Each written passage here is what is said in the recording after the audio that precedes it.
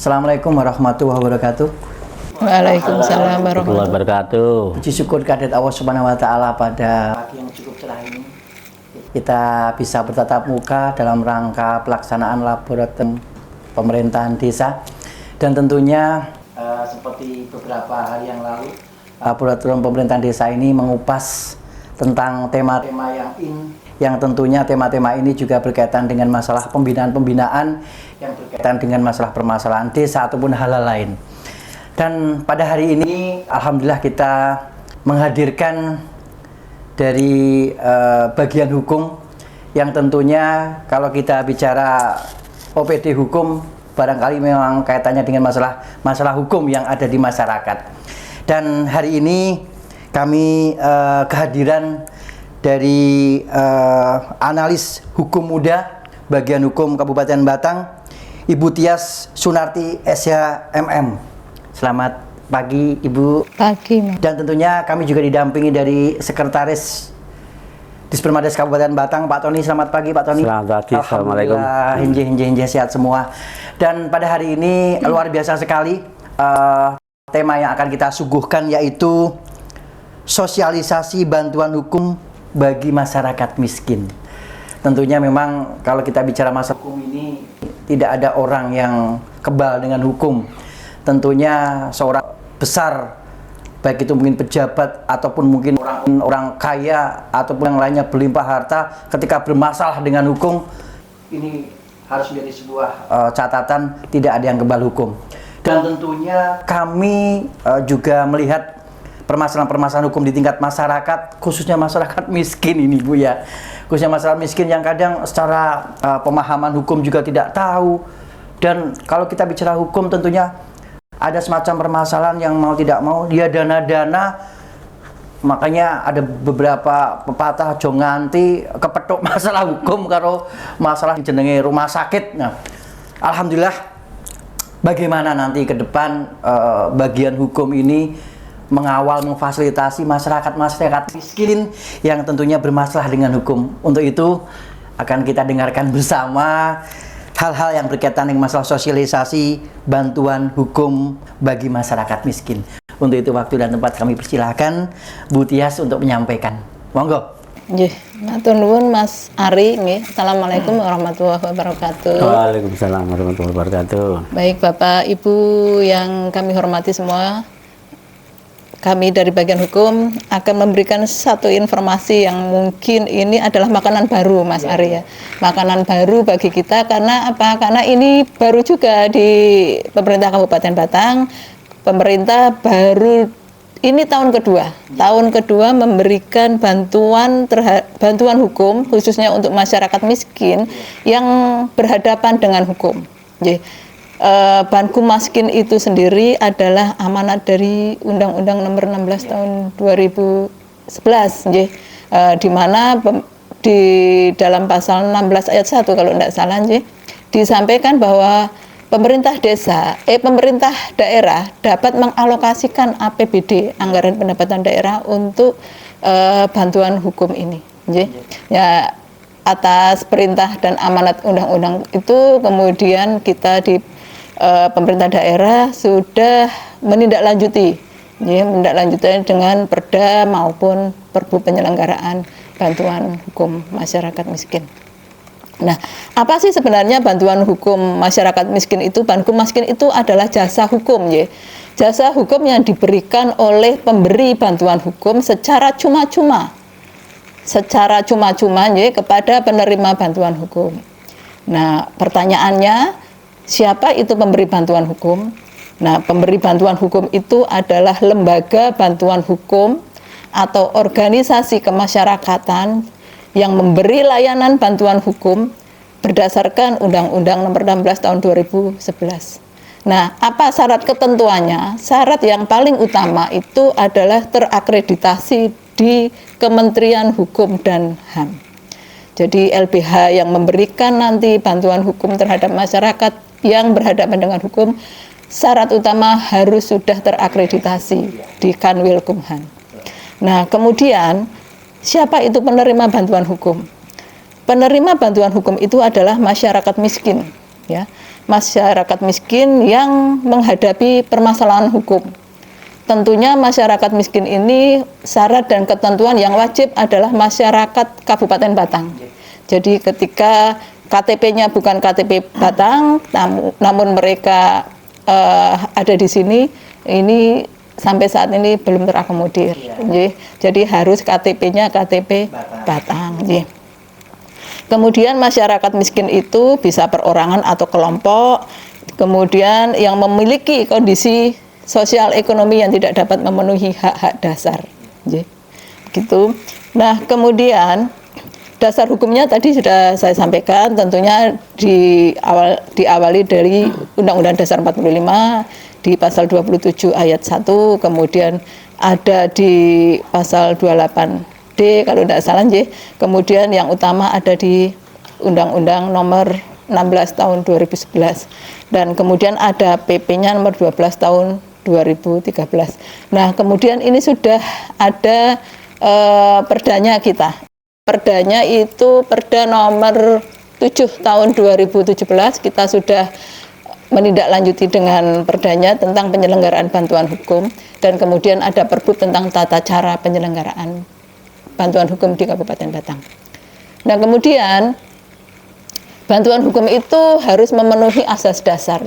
Asas dasarnya kenapa itu ada bantuan hukum? Tentunya ini adalah untuk memenuhi asas keadilan. Kemudian ada asas persamaan kedudukan di dalam hukum, keterbukaan, kemudian efisiensi, efektivitas, dan tentunya yang paling penting adalah asas akuntabilitas. Ini tentunya terkait nanti dengan pertanggungjawabannya, bagaimana akuntabilitas, kemudian untuk asas keadilan sendiri itu yang dimaksudkan di sini adalah untuk menempatkan hak dan kewajiban setiap orang secara proporsional, secara patut, secara benar, secara baik dan tertib tentunya. Dan kemudian asas persamaan kedudukan di dalam hukum sebagaimana diamanatkan di dalam perda kita, yang dimaksud adalah asas persamaan kedudukan di dalam hukum, bahwa setiap orang mempunyai hak dan perlakuan yang sama di depan hukum serta kewajiban menjunjung tinggi hukum. Kemudian asas keterbukaan. Yang dimaksud asas keterbukaan di sini adalah asas untuk memberikan akses kepada masyarakat untuk memperoleh informasi secara lengkap, secara benar, jujur, terbuka, dan tidak memihak dalam mendapatkan jaminan keadilan atas dasar hak secara konstitusional. Itu salah satunya. Kemudian asas efisiensi, maksudnya untuk memaksimalkan pemberian bantuan hukum melalui penggunaan sumber anggaran yang ada, karena ini menggunakan anggaran dari APBD. Asas efektivitas itu menentukan pencapaian tujuan pemberi bantuan hukum secara tepat sasaran. Nanti bagaimana ini bantuan hukum ini diberikan kepada masyarakat agar tidak salah sasaran. Biasanya kalau ada sing bantuan-bantuan itu sing kaya-kaya juga mintanya merasa miskin semua. Ini asas efektivitas harus kita terapkan di sini. Kemudian asas akuntabilitas, setiap kegiatan dan hasil akhir dari kegiatan penyelenggaraan bantuan hukum itu harus dapat dipertanggungjawabkan, baik kepada masyarakat, kemudian terhadap laporan keuangan pemerintah, dan tentunya terhadap pertanggungjawaban kita terhadap Tuhan Yang Maha Esa. Kemudian ada beberapa tujuan kenapa bantuan hukum itu diselenggarakan oleh pemerintah.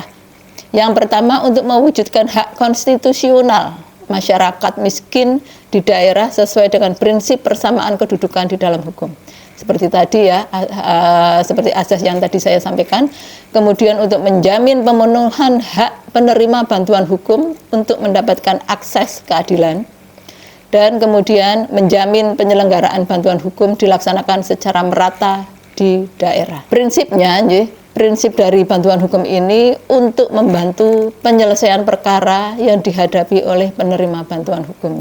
Penerima bantuan hukum seperti tadi saya sampaikan adalah masyarakat miskin. Kemudian apa-apa sih yang bisa diakomodir atau bisa backup oleh Banku Miskin ini? Yang pertama itu tentunya perkara hukum baik itu litigasi maupun non litigasi. Litigasi itu bisa perkara pidana, perdata ataupun PT-UN. Kemudian yang non litigasi itu bisa penyusunan produk hukum, kemudian ada konsultasi hukum, misalnya penyuluhan, itu masuk dalam non litigasi. Kemudian bagaimana syaratnya untuk masyarakat miskin yang akan memohonkan menjadi penerima bantuan hukum? Tentunya harus memenuhi syarat dan ketentuan. Yang pertama, mengajukan permohonan tertulis. Mengajukan permohonan tertulis yang berisi di dalamnya dilampiri dengan identitas.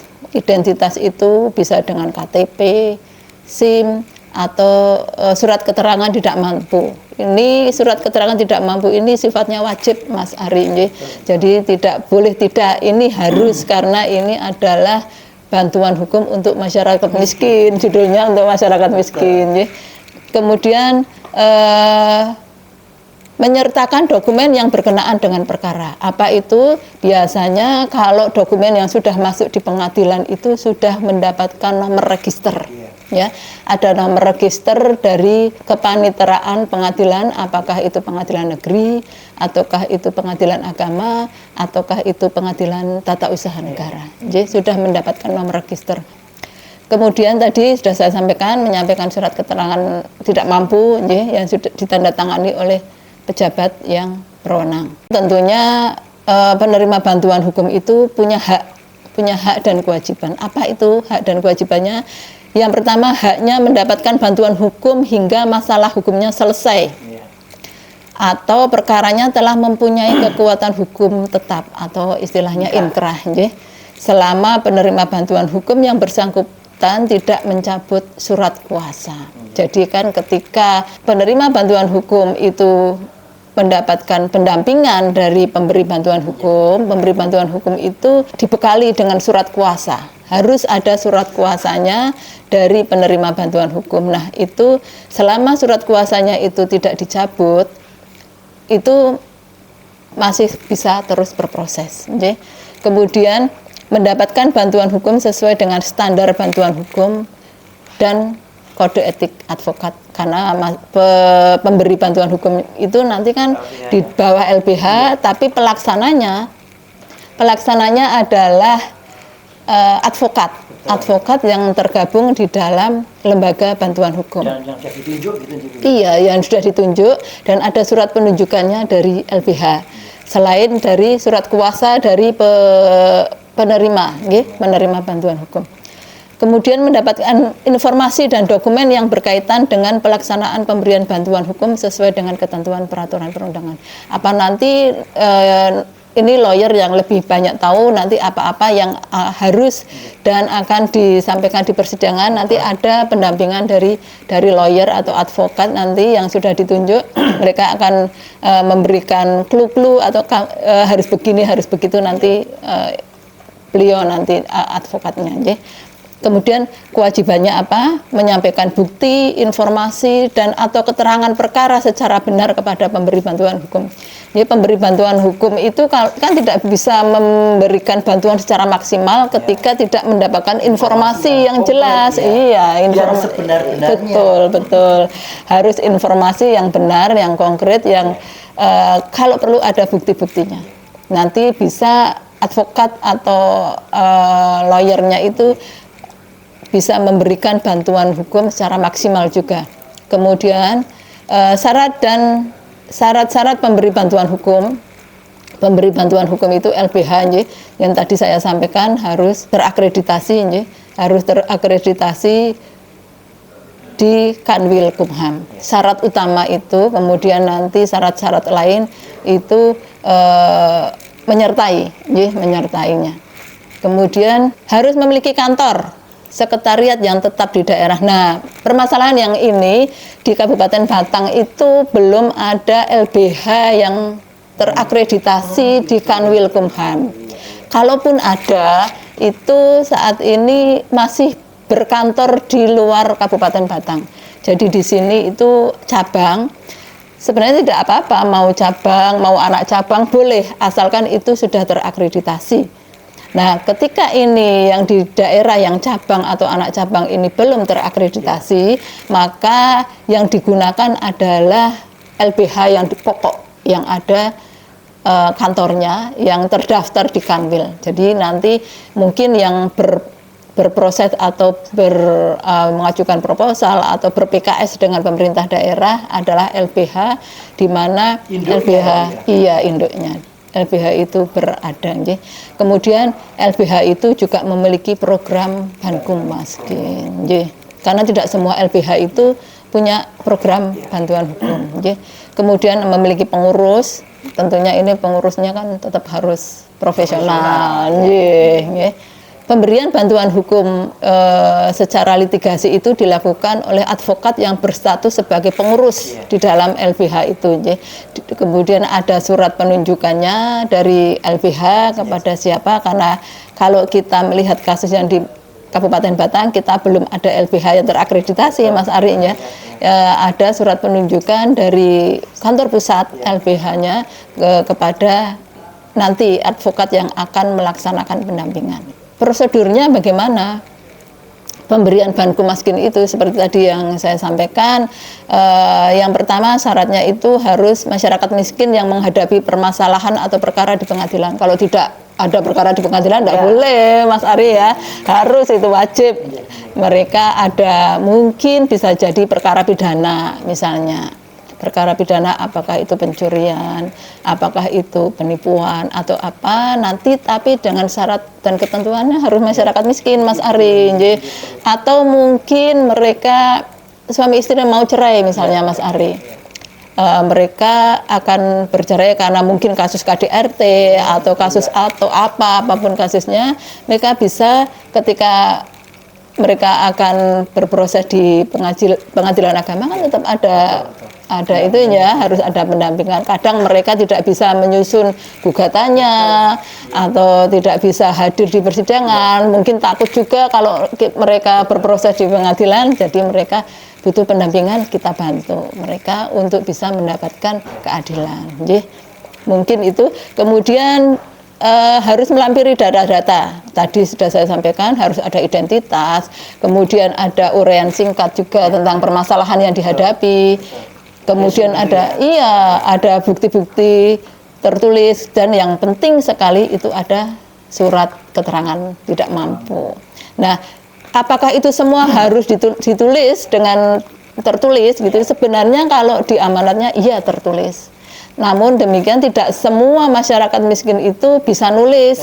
Ya, ketika mereka tidak bisa nulis, bagaimana? Boleh mereka secara lisan.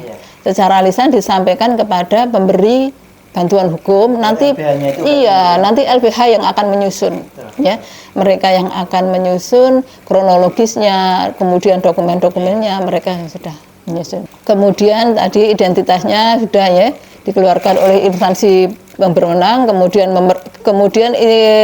pemberi bantuan hukum itu harus memeriksa juga, harus diverifikasi, diverval apakah dokumen ini benar, apakah ini benar orangnya tidak mampu. Bisa jadi ketika mereka menghadapi permasalahan, bayar lawyer kan larang ya Mas Ari ya, mahal, jadi mereka tahu pakai Bankum Maskin aja. Lah ini kewajiban dari pemberi bantuan hukum itu mereka harus cross check. Ya, harus cross check kebenarannya apakah ini benar masyarakat yang tidak mampu ada di wilayah Kabupaten Batang. Itu nanti menjadi kewajiban dari pemberi bantuan hukum. Terima kasih Mbak Tias, luar biasa sekali ini. Kami mendapatkan sebuah informasi yang cukup penting, karena saya yakin tidak semua masyarakat desa itu tahu, khususnya masyarakat miskin. Makanya alhamdulillah dari bagian hukum Mbak Tias menyampaikan sosialisasi ini, karena bagaimanapun kami yang langsung bersentuhan dengan masyarakat, perangkat desa, kepala desa dan lain sebagainya, yang paling tidak masyarakat jenengan barangkali ada yang berkaitan dengan masalah hukum tadi, apakah pidana, apakah mungkin KDRT, ada apa perda dan lain sebagainya. Dan tentunya Ibu, permasalahan hukum ini memang biasa kompleksnya ya. Yang sudah ditangani apa Ibu kira-kira saat ini? Baik, ini karena bantuan hukum masyarakat miskin ini baru memasuki tahun kedua ini, Mas Ari ya. Tahun 2021 itu kita sudah menganggarkan untuk 5 perkara, dan itu ada pidana, kemudian kasus pidana, dan ada 2 kalau tidak salah itu kasus perceraian. Nggih. Kasus di PA sama PN ya berarti. Nah kemudian di tahun 2022 ini kita menganggarkan agak sedikit banyak ini Mas Ari, kita ada 12 perkara. Sebenarnya kita harapannya tidak ada permasalahan sih ya, tidak ada permasalahan. Namun demikian karena mungkin pengaruh juga dari pandemi COVID juga, ini ada banyak permasalahan yang masuk dan kita harus mengcover itu. Sampai sekarang yang sudah masuk di kita ada 10 perkara. 10 perkara itu ada perkara pidana, kemudian ada perkara di pengadilan agama cerai. Mudah-mudahan lah apa yang disampaikan difasilitasi oleh bagian hukum bisa bermanfaat untuk masyarakat. Barangkali Pak Asek ada hal-hal yang perlu kita sampaikan atau kita bahas, Pak Asek. Waktu dan tempat kami persilakan, Pak Asek. Assalamualaikum warahmatullahi wabarakatuh, sahabat desa semuanya. Yang pertama saya ucapkan terima kasih ke Bu Tias telah berkenan hadir untuk memberikan informasi yang bagi saya ini luar biasa, malah bisa jadi termasuk saya baru tahu ini. Saya pun baru tahu. Benar sampai oleh Mas Ari, kita itu banyak sekali ketika di bawah koordinasi kami terutama desa-desa ya, sementara itu khususnya untuk aparat pemerintah desa, Mbak Tias, baik Kades maupun perangkat desa. Sedangkan kalau saya mencermati apa yang disampaikan Mbak Tias, kan kalau perangkat sama Kades otomatis sudah nggak bisa kan, sudah nggak bisa untuk bisa menjadi penerima bantuan kan nggak bisa. Tapi juga barangkali saja mumpung ada bagian hukum minimal itu begini. Jadi kami itu mencermati sekaligus juga evaluasi atas permasalahan hukum yang menimpa aparat pemerintah desa, Mbak ya. Hampir semuanya itu nggak ada satupun yang lolos, nggak ada yang lolos. Terus yang kedua, kayaknya itu kan mereka itu apakah karena mereka memang benar-benar data bukti yang membuat mereka mau tidak mau nggak bisa lepas, atau bisa jadi apakah mereka tidak bisa memperoleh lawyer yang memang tepat. Nah, soalnya dari situ kami membutuhkan, sebenarnya kayak butuh itu barangkali dari bagian hukum bisa memberikan informasi lawyer yang berkompeten dalam tanda kutip, yang nanti itu bisa dimanfaatkan oleh aparat pemerintah desa yang terjerat di permasalahan hukum. Kadang-kadang orang kalau terkena masalah hukum kan sopowesen datang seakan-akan itulah dewa penolong, padahal belum tentu. Kayak mereka hanya para petualang pencari uang saja, hanya gagal. Ya, makanya mohon nanti bisa, andaikan tidak di sini pun kan mungkin bisa diberitahu, Mbak Tias, lawyer entah di wilayah Batang atau di sekitar Batang yang barangkali suatu ketika ada aparat desa itu terkena masalah hukum bisa dihubungi oleh mereka. Karena tahulah kembali aparat desa itu kan nggak bisa menerima program ini. Terus kemudian yang kedua itu saya tadinya berharap berbeda, karena ternyata yang bisa menerima bantuan ini kan kalau yang sudah terkena di penanganan proses di lembaga peradilan. Nah, ini contoh nih, Mbak Tias. Ini kami tuh ceritanya baru tadi pagi. Kami dapat disposisi dari Ibu Bupati yang lewat Pak Sekda berkenaan dengan contoh kasus saja. Ini surat berasal dari salah satu warga di Ketanggan, Kecamatan Gringsing, di mana yang bersangkutan itu menyurati Bupati Batang yang intinya mengadukan permasalahan tentang waris, di mana warisnya itu tiba-tiba diminta oleh saudaranya. Dan sekarang yang bersangkutan itu lontang-lantung bersama suaminya di ya kayak gelandangan lah. Dan yang bersangkutan itu minta keadilan. Nah, ini Kalau seperti ini gimana Mbak Tias ini? Karena kebetulan malah turunnya itu di kami. Turunnya disposisi Pak Sekda dan Bu itu di kami. Untuk apa namanya? Difasilitasi.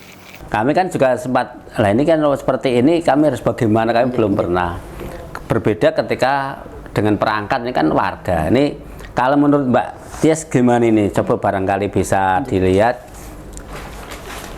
Yang menarik sekali itu Bu Tias. Artinya ada dua problema yang disampaikan oleh Pak Sek. Memang di satu sisi permasalahan desa yang cukup kompleks, harapannya memang ada semacam apa namanya pendampingan. Karena apapun amanat undang-undang, ketika ada sebuah permasalahan yang lingkup hukumnya lebih dari 5 tahun, itu sudah kewajiban pemerintah untuk bisa memberikan semacam pendampingan untuk proses apa namanya hukumnya. Baik, matur nuwun Mas Ari, Pak Sek ya. Kebetulan ada kasus. Ini dulu atau tadi yang pertama? Oh, ini dulu. Baik. Yang terkait dengan kasus ini di Banku Maskin itu kita kan ada litigasi dan non litigasi. Nah, ketika ini ingin dimintakan apa namanya pendampingan bantuan hukum untuk masyarakat miskin yang non litigasi itu kan ada konsultasi hukum. Di dalamnya itu ada konsultasi hukum. Boleh nanti berkonsultasi dengan lawyer yang sudah ditunjuk oleh bekerja sama dengan pemerintah. Kalau saya melihat begini, jadi menyikapi surat ini yang kebetulan sudah dibaca Pak Sekda dan Bupati, terus kemudian disposisinya itu ke kami. Gitu, ya. Ketika nanti muncul lagi, kita terus bagaimana? Ya nanti koordinasi aja dengan bagian hukum nanti, karena memang fungsi kita di koordinasi ya. Mas Ari sama Pak Sek, jadi minta koordinasi, kita mencari jalan keluar yang terbaik. Kemudian yang pertama ini tentunya karena surat ini harus kita fasilitasi, kita fasilitasi. Mungkin pertama kalau mungkin akan menggunakan jasa pemberi bantuan hukum, nanti mungkin dengan tahapannya bukan itu tadi yang ada nomor register itu yang tahapan yang litigasi Pak Sek. Jadi kalau yang non litigasi itu kan ada konsultasi. Semacam yang non litigasi ke sana dulu berkonsultasi boleh seperti itu. Nah, kemudian ketika ini mungkin bisa kita selesaikan internal kita, mungkin internal pemerintah daerah, karena di pemerintah daerah itu ada tim penyelesaian permasalahan hukum. Nanti kita urun rembuk atau kita ngobrol-ngobrol lah ya, kita diskusi untuk penyelesaian permasalahan ini. Oke, terima kasih. Kemudian yang terkait dengan daftar lawyer sebenarnya. Oh, daftar lawyer. Oh iya, daftar lawyer ya nanti di belakang meja aja Mas.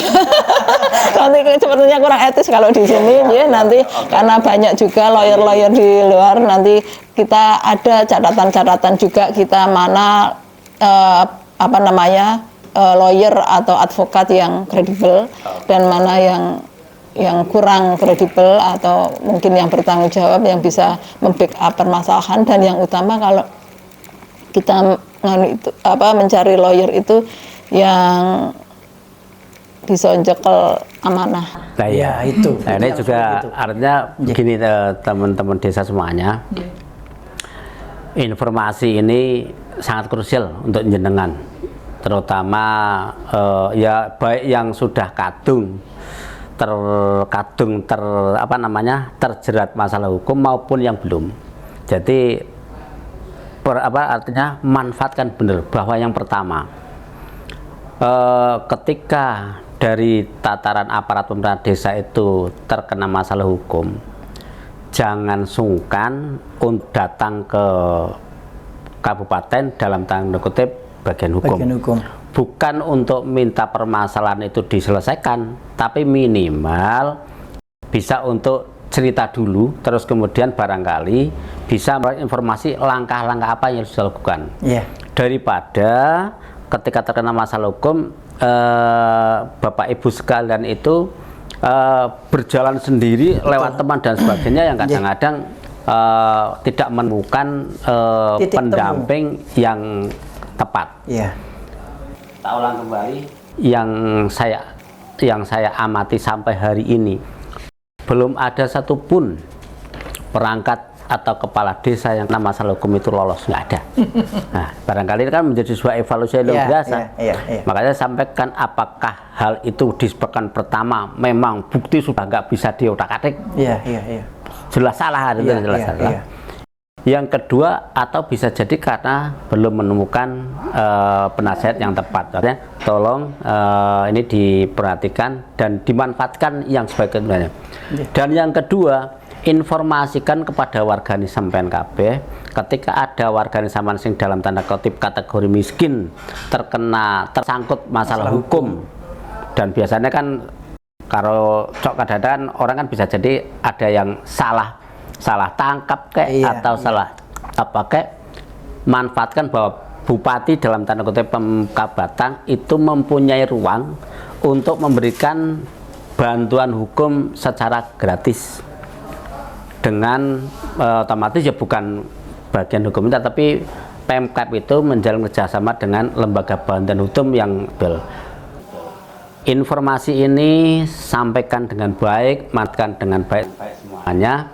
Dan barangkali juga sebenarnya suatu ketika manakala ada waktu yang memungkinkan, ini bisa disosialisasikan ulang antara bagian hukum dengan kami.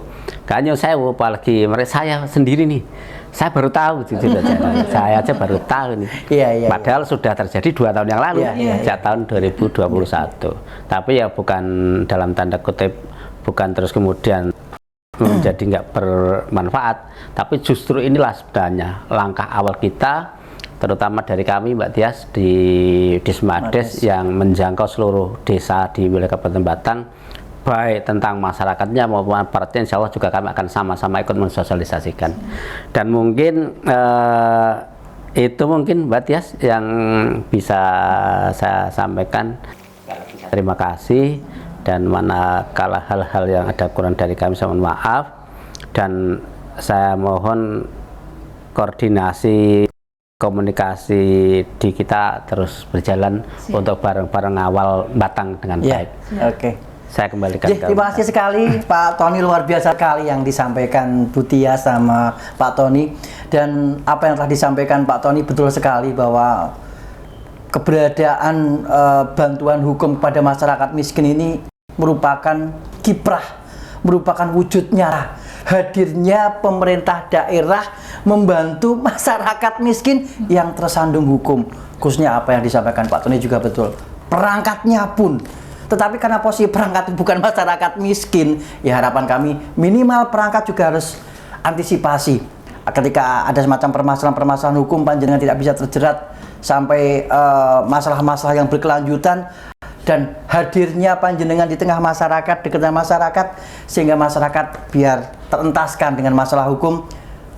Untuk itu apa yang telah disampaikan oleh Bu Tias itu mudah-mudahan ini menjadi semacam informasi, sehingga keadilan, kebersamaan, kedudukan dalam hukum, keterbukaan, efisiensi, efektivitas, dan akuntabilitas di dalam permasalahan hukum ini akan bisa terselesaikan dengan baik. Dan harapan kami, keluarga sadar hukum, masyarakat yang sadar hukum bisa benar-benar dijawantahkan di dalam masyarakat kita. Dan tentunya yang perlu kami sampaikan juga, ketika LBH kita ini Bu Nun Sewu, yang saat ini juga belum ada yang terakreditasi, harapan kami juga untuk bisa kita percepatan, untuk kita pacu agar nantinya dengan adanya LBH yang terakreditasi, masyarakat bisa terlayani oleh semaksimal mungkin. Gitu Ibu, terima kasih sekali. Nugroho Ari Wigunadi, Dispermades Kabupaten Batang beserta Bu Tia sebagian hukum, dan Pak Sekretaris mengucapkan terima kasih, dan kami akhiri. Assalamualaikum